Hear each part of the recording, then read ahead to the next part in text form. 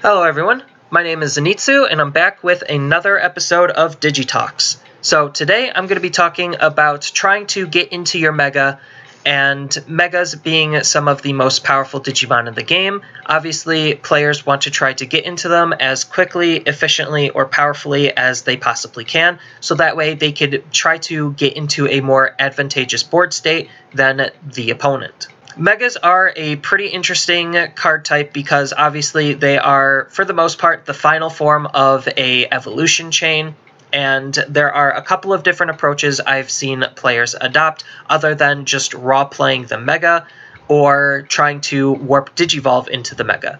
Right now we only have one instance of warp Digivolving with Beelzemon, but I'm not going to rule out in the future that they're not going to play around with that concept more. But regardless, in every normal case that you're trying to get into a Mega, you're going to need an ultimate to Digivolve off of. And it's how players have been utilizing these ultimates that have been making it very, very interesting and can make a whole bunch of different deck types and varieties. The first method that I see a lot of players starting to utilize is these when played Digimon.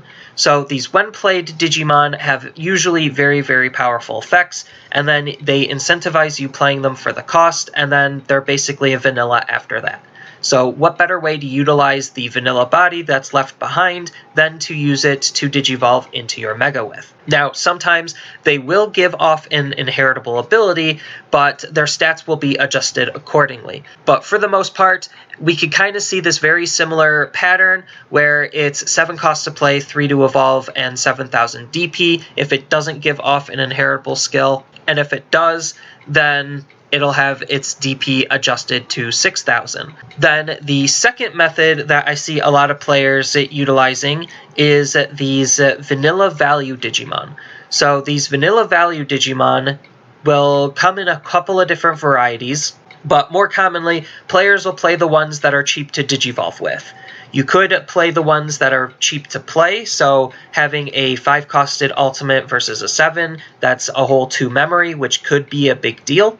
But the fact is that you'd rather just use this as a part of a Digivolution chain to try to build up a Mega as quickly and efficiently as possible, on top of which every single time you Digivolve, you're still going to be drawing a card, so these vanillas will have some value regardless of what you're Digivolving on top of. So a lot of the value vanillas that a lot of players are adapting have this evolution of 2, so that way it's very, very cheap to Digivolve into it. And they don't necessarily care about the cost, but like I said, the cost still could matter. But again, they'll just come in a couple of different shapes and sizes. And then the third way that I see players at Digivolving is obviously the naturally designed path of progression. So Metal Greymon, as an example, you want to Digivolve into War Greymon, and that's just what is designed. That's what the designers have laid out the groundworks for to incentivize that type of playline. Usually they'll have a pretty synergistic quality to them where you really want to use them as the stepping stone. Sometimes they are a little bit more efficient than others, but the point is that you're using these types of Digimon because they give off a really powerful effect to the Mega.